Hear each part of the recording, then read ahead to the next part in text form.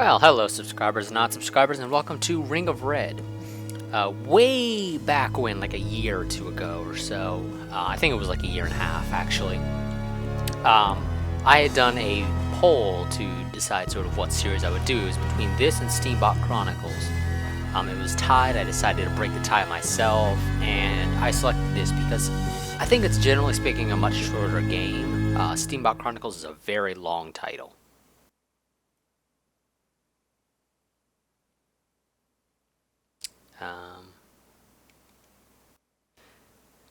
I do want to say real quick, I am actually not using a PlayStation controller for this. I'm actually using a Xbox 360 controller.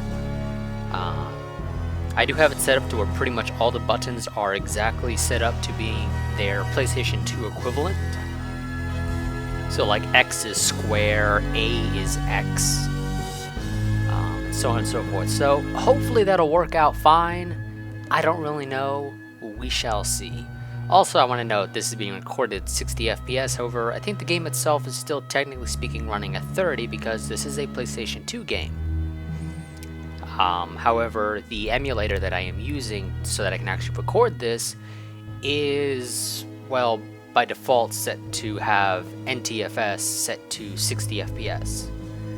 And so because of that, well, I'm just recording at 60 to make things simple.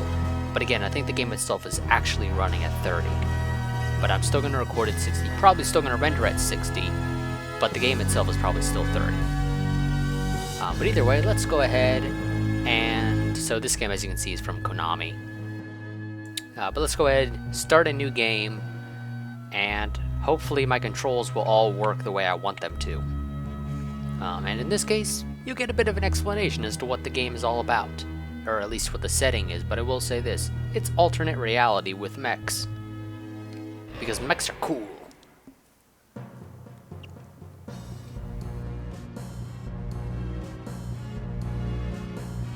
And the text here goes by fairly quickly if I recall correctly.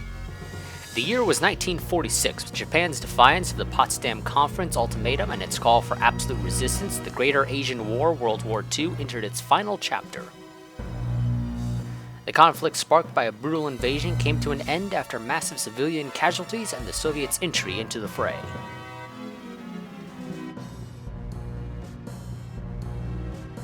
The resulting division of the country, once called Japan by the occupying Allied forces, came to reflect the often uneasy relations that existed among those powers and gave rise to countless human tragedies.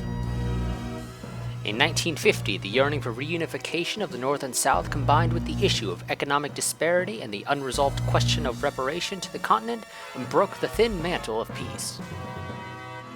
And without any formal declaration of intent, the Japan War raged for 40 years, once again laying the archipelago to waste.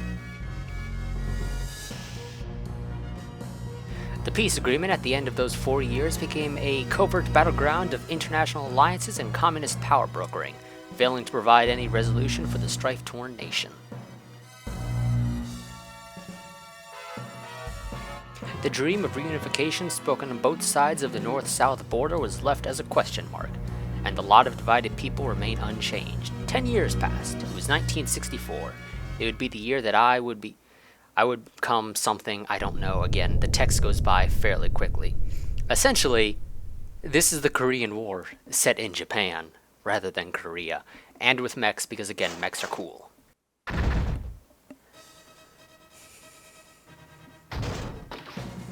Greetings all, I am Christopher Scherngen, the project leader. You are both here because you have been selected for Komitsu Industrial's test piloting program, and will be participating in the evaluation of next-generation AFWs for the Southern Japanese Forces. Masami von Weisger, or Weisger, I guess, because it's German, or something. Present. You will be evaluating Vehicle Type 1.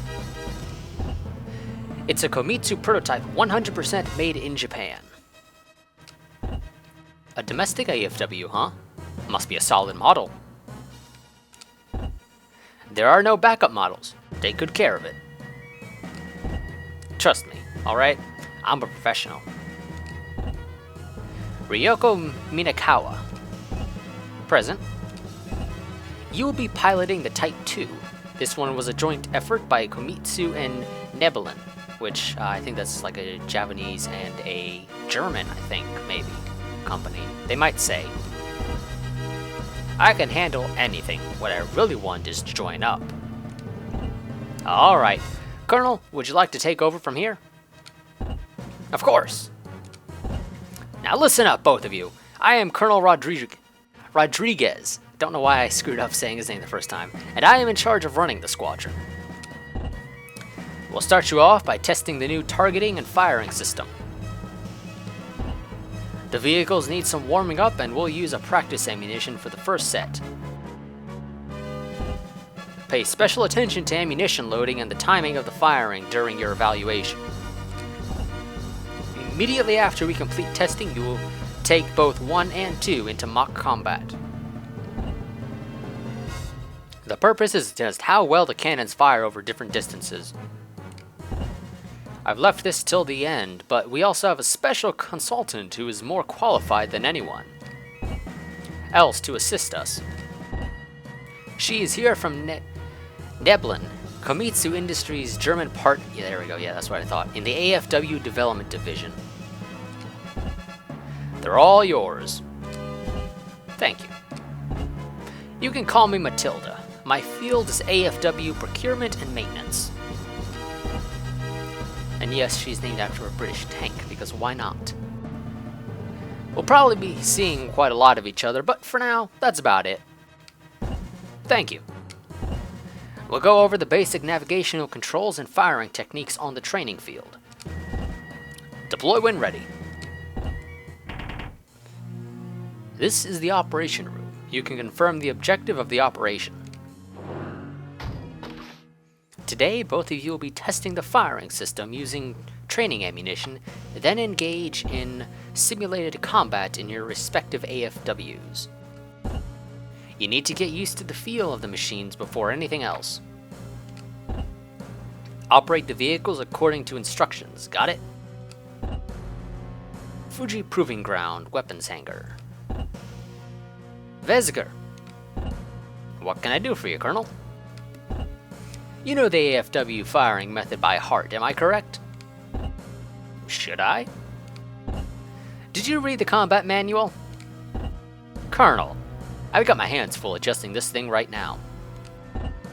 With all due respect, what do you want? Alright, listen and listen good. The AFW won't fire until the load gauge is full and the fire light goes on. Better make sure you remember that. Of course I remember. You drilled it into my head if I'm not mistaken. And I don't get itchy trigger fingers like some rookie. Colonel, stop treating me like a newbie, will ya? Alright then. I expect good results. Don't disappoint me. Okay, this is the information room. You can observe detailed data and seek assistance. Let's see what they have to say. Let's check the unit info. So, we have our Type 1. I'm not used to PlayStation controllers, so I do need to check some details here. Okay, so we have an 88mm main gun with a 7.92mm machine gun. Yada yada yada. I do believe that they will more or less cover a lot of this information further down the line.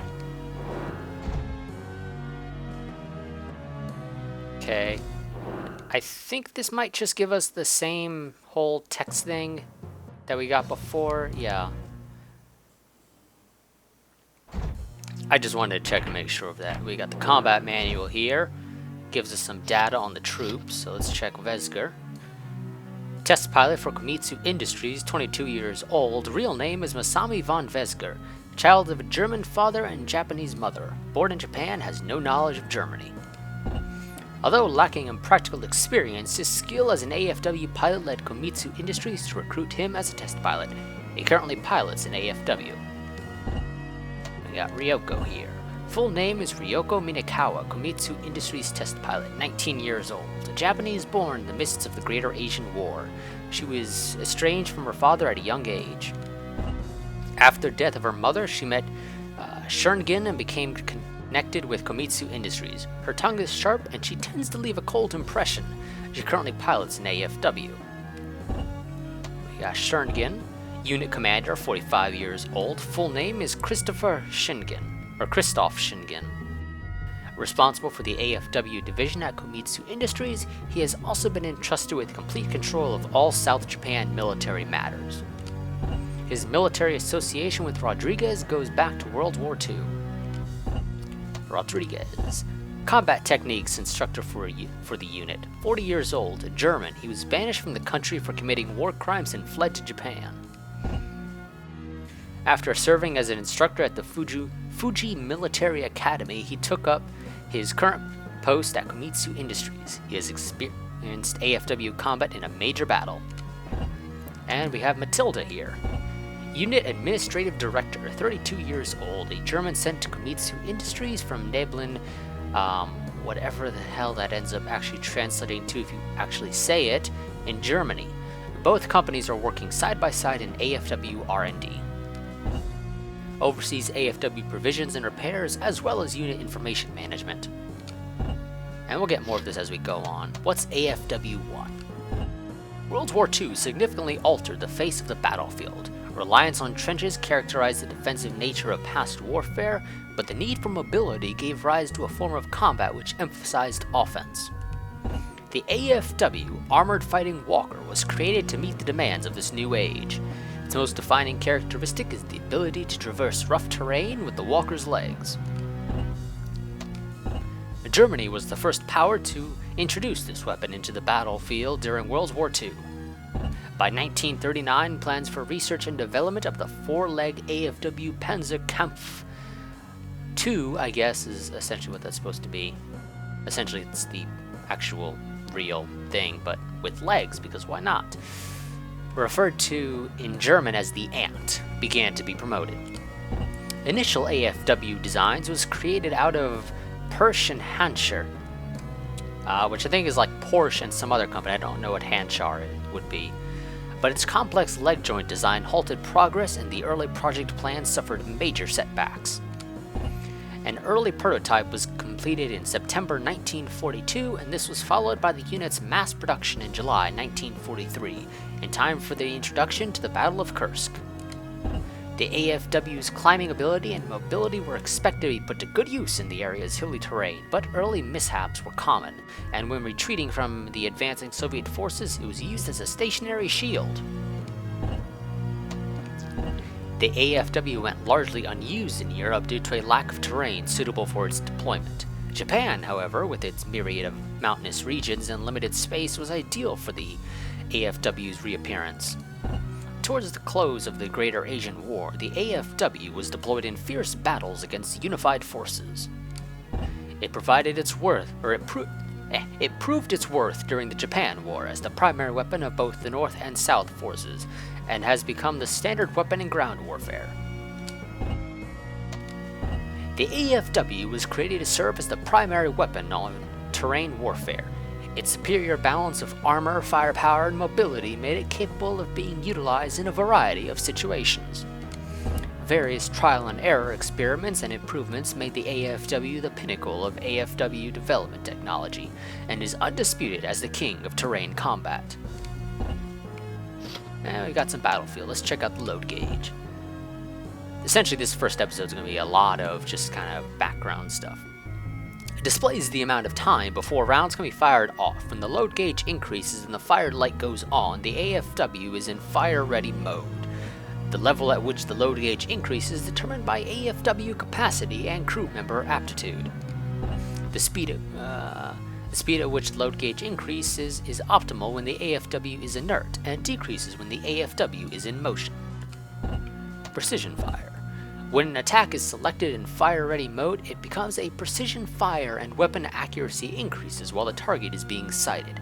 If an enemy attacks while sighting a target and inflicts damage, accuracy is substantially reduced. Although accuracy can increase to 99%, the rate of increase slows as the percentage rises. In anti-AFW melee situations, full accuracy is achieved. in anti-soldier targeting, accuracy rates are relative to the amount of damage inflicted. Night field. When a battle is held at night, the initial damage value and the rate of accuracy increases are reduced.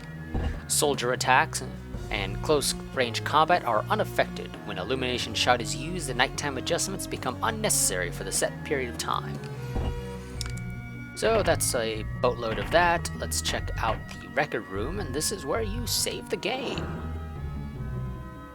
So let's go ahead and we shall save over that.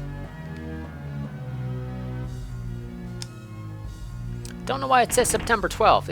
It most definitely is not September 12th. I can tell you that right frickin' now. Unless it's September 12th in the game, is that it? That's interesting. Or maybe my time is set wrong in this, and for whatever reason it thinks I'm over in, like Japan or something. That could also be it. Who knows? But let's go ahead and sortie. This, let me see. I should be fine.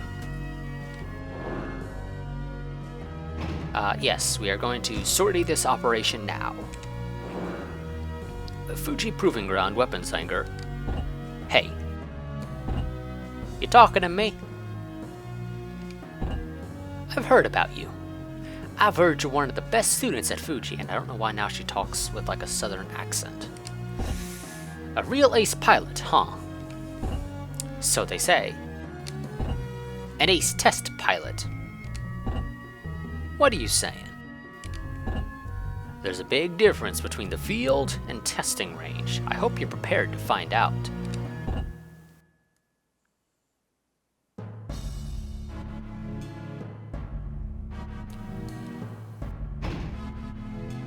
In a minute, you will be evaluated on your marksmanship before we start live. Fire practice. Let me explain a few things about AFW combat. These few pieces of information could mean the difference between survival and death on the field for a pilot, though I hardly need to stress that for a class of overachievers like yourselves. Victory condition. Target acquired. Loss condition. Going over the day 1 1900 time limit. Nope, it's clearly not September 12th in game, so I don't know why it said that. Let's bring you up to date on team movement and attack procedure. A team is represented by a marker on the map. Remember that. A team cannot be given action commands until it is that team's turn in the rotation. When a squad's turn comes, we say that the squad is on hand. No need for me to repeat myself, but squadrons that are not on hand cannot be made to move or attack. Place the cursor on a team that is on hand and enter, and its allowable fields of movement and attack range are displayed. Blue squares are movement range, yellow is attack. Note that the attack range cannot be added to the field of movement. You cannot move and attack in the same turn. Place the cursor on the destination square, then enter. The action menu is displayed. A few words about that menu. Attacking is an option only when you have an enemy team to target within range. Similarly, recovery cannot be selected unless there is damage to the AFW or the soldiers. Select attack in the action menu. The team's attack range comes up on display. A crosshair will appear on enemy teams within the range of attack. Enter to begin firing on the selected enemy team. In the field, starting distance is determined by how far away our teams are from the enemy teams in the game plan. Next, short range. Attacking from an adjoining square means a shorter starting distance, whereas an assault launch from a diagonally placed square comprises an intermediate starting distance,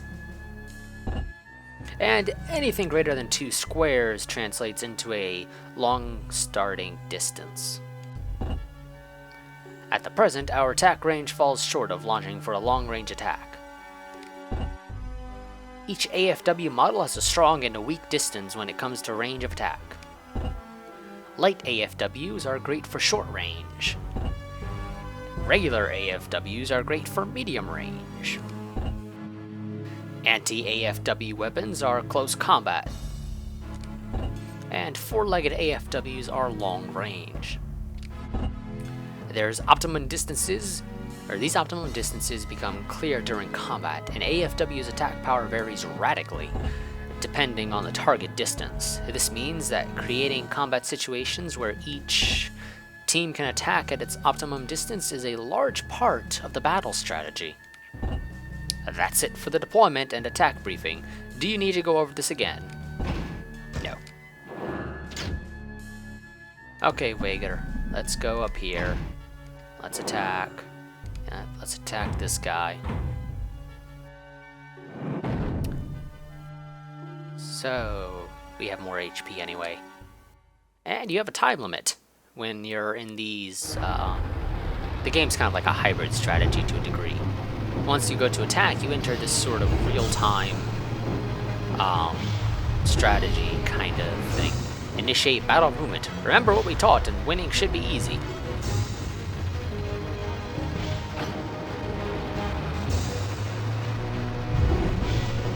Oh, wait, whoops, step back. Our tank is one of the... Okay, we're not fully armed yet. Step back, because with us, we do better at close range, or at longer range.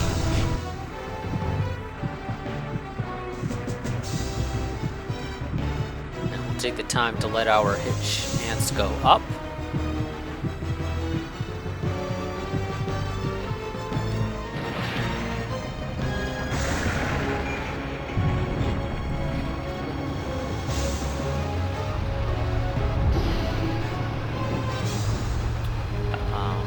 In theory, one more well-placed shot should end him. There we go, we're at medium range now. But it is moving towards us, which makes this a bit of a pain.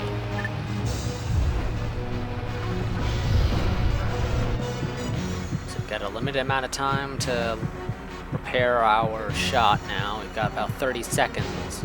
I think I'll fire again once we hit about 80%. Although I think I've actually got the time to wait a bit longer. There we go.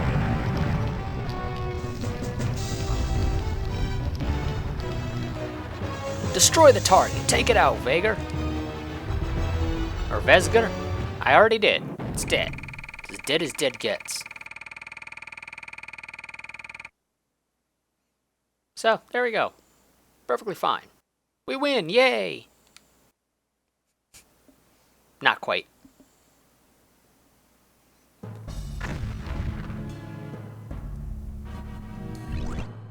And we earned some XP. Alright, now let's see you and Ryogo try a mock battle. Roger.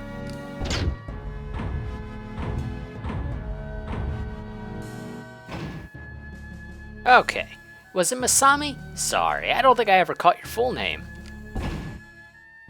The name is Vesger. Don't call me Masami, okay? It's my Japanese name, but it just doesn't feel like it's mine. But Masami's your given name, isn't it? I don't like the way it sounds. Just don't call me that. Okay, okay. I'll go with Vesger, and it's kind of long. Mind if I just call you Vey?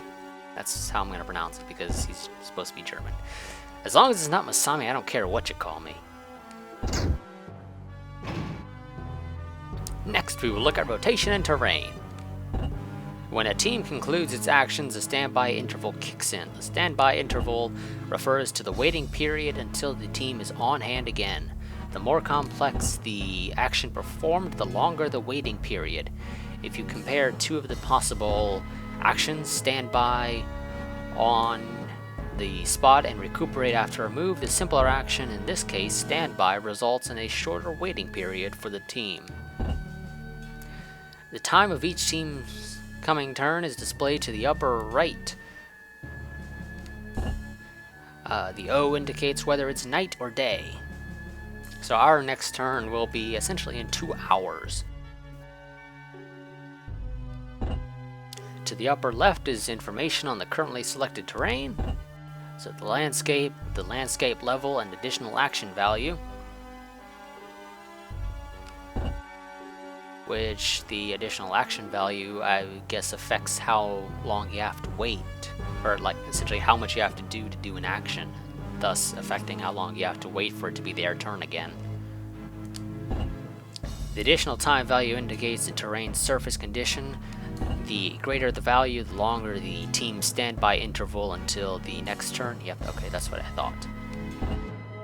The terrain level refers to the elevation of the land. Your view will always be restricted by the terrain at a higher point than where you are presently located. In other words, you will not be able to see what is on the other side of a level 3 mountain from a level 1 plane. The squares that are within your range of vision appear brighter, and you can access information on enemy teams located in those squares. That's everything you need to know on this subject. Need me to start over? Nope.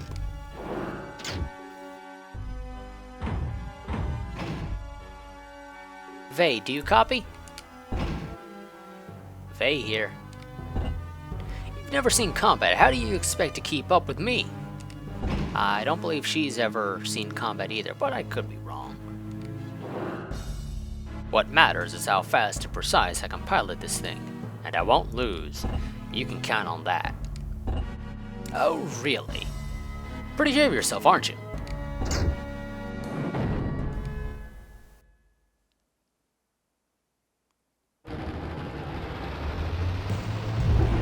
So, I don't recall what her AFW is. I think it's a light. Mock battle or not, I'm not going to hold back. That's not fair.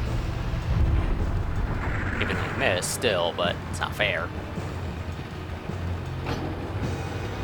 So, we shall step back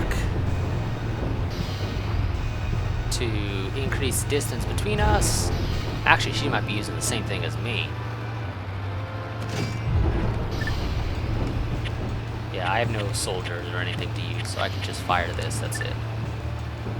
We can't afford to lose this one. Not to her.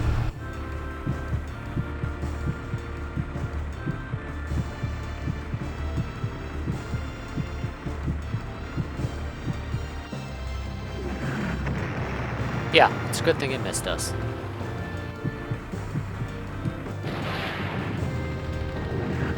There we go. Yeah, she has a lot of health. We'll probably have to fight her multiple times to be able to actually win against her.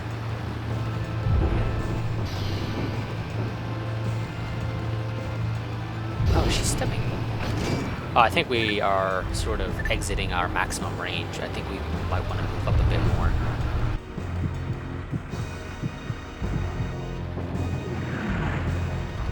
Wow. You know, when I originally played this sort of for myself to figure out sort of how it plays, she did a much better job of hitting me. And I had a hard time hitting her, but this time, I'm having a fairly easy time hitting her. And she is apparently struggling to hit me.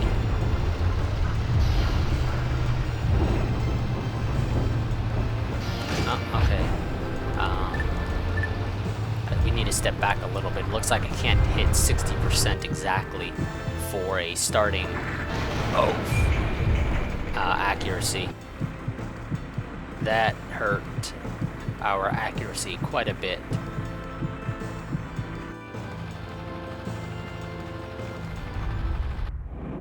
Oh, okay, timer ran out. She still took more of a beating than me.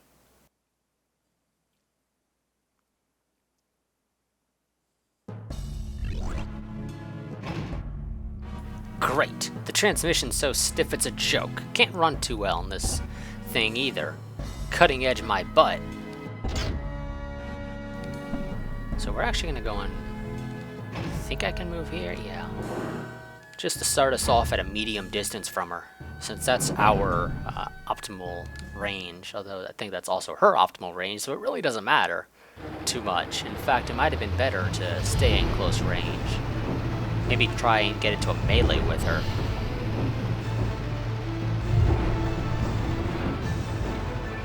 In this case, I'm not going to move. I'm just going to sit here. It looks like I'm reloading slightly faster than her, which is always great.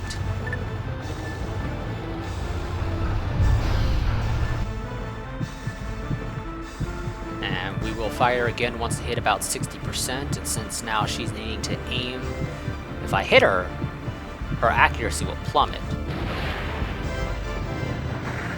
There we go. So her accuracy took a hit. Now we're going to step back a bit.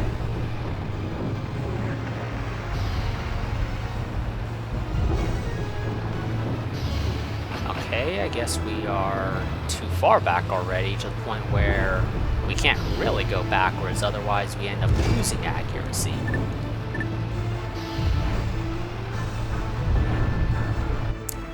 In theory, I should be able to get this one last shot off on her. Maybe line up a third if I'm lucky. Oh, that hurt. That screwed me over. Okay, I don't think I'll be able to get a another shot off after this. I think it'll be this shot, and then that's basically it.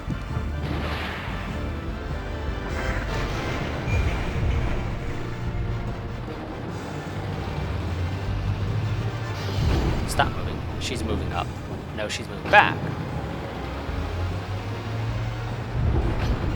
Actually, let's not move up at all.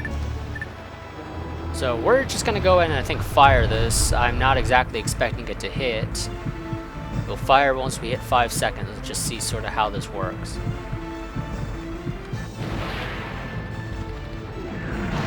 And we got lucky. We hit her. You won. You're better than I thought.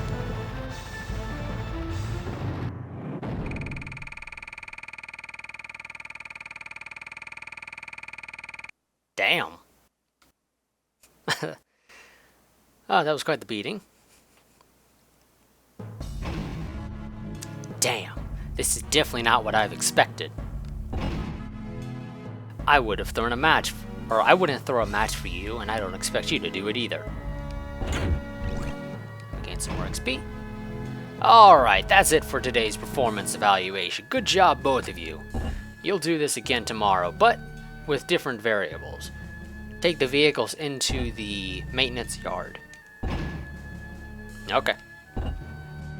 Alright.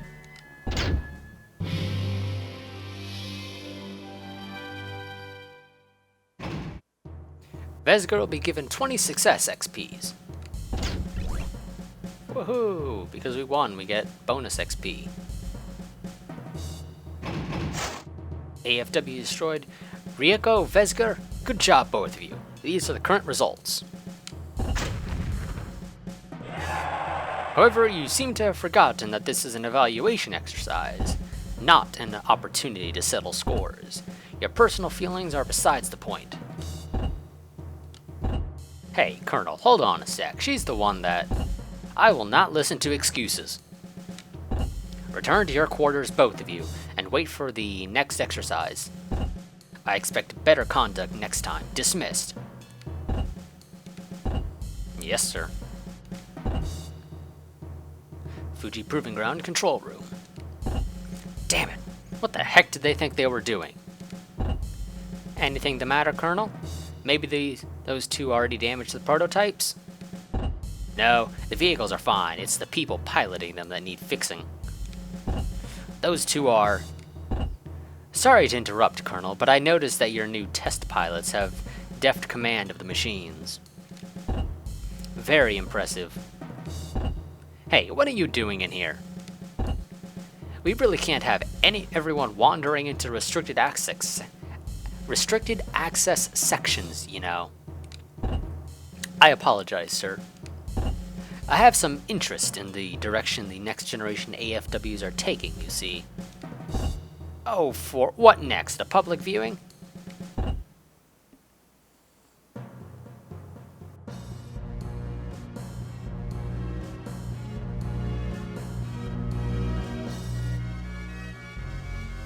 The ruling military standard for ground combat of the time was a CAT-less combat vehicle called the AFW. Its strength lay in its ability to navigate uneven terrain.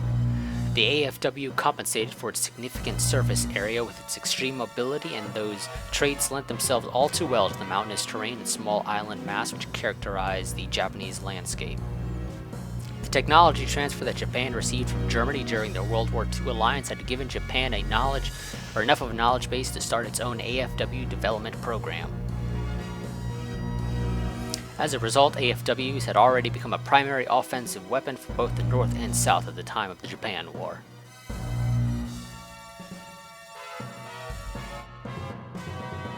Imported AFW models also came into use after the restoration of sovereign rule to augment the existing domestic models.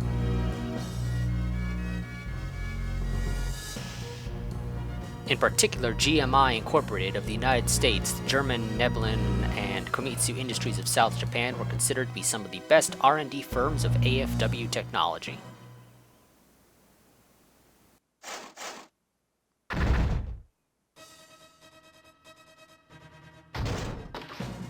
Okay, and of course we have to get our briefing before we can save, but I'm going to be ending this after we get our briefing. You will now be briefed on your mission. I've gone over both of your evaluation reports on your shooting training. They've provided some valuable information. Good work. I've got to hand it to you. I didn't expect to be beaten. Predictable outcome, I say. Type 3 will finally be joining you today for a demonstration. Type 3? I didn't see it at all during the testing. The 3 is a top-of-the-line model from Nebelin. I had a hand in its development, as a matter of fact. Final adjustments took longer than they expected, and it only received a go-ahead for performance evaluation today. Looks a little fragile. Looks can be deceiving. 3's assault capabilities far outrank both 1 and 2's.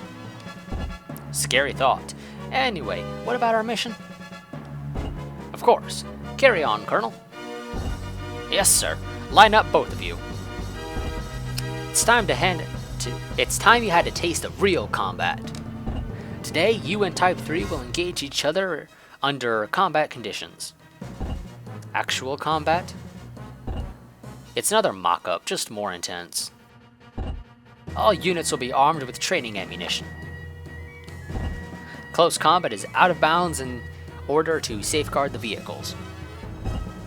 You will be piloting Type 3. Shinji Kirishima, one of Nebelin's own pilots. He's also a former Southern Japanese Forces man. He should be here by now. What's taking him so long? Colonel, 3 is already out on the training field. What? Both of you, prepare to deploy. Don't let Kirishima warm up before you. Okay, so I'm going to go ahead and save now, as I said. We'll go over all the details and whatnot, essentially once I return, or for the next episode. And this will be replacing IL-2 Sturmovik. I would have loved to actually replace IL-2 Sturmovik with a actual simulation game, but, well, I don't really have very many sim games, so I'm just going to go with this, since it is a series that long ago, again, about I guess a year and a half or so, that I had basically said I was going to do, but it just kind of got delayed because of other series going on and taking longer than expected and yada yada yada. But nonetheless, that's going to be it for this episode. I think it was a fairly long episode. I'm not quite sure how long. I think almost an hour potentially. I'd have to check. I didn't have a timer or anything going. I didn't even look at the time before starting either. But either way, it's been a fairly decent amount of time. But either way, that's it for this episode, and as always, like, favorite, comment, subscribe, share, and I will see you guys next time. But until then, goodbye and farewell.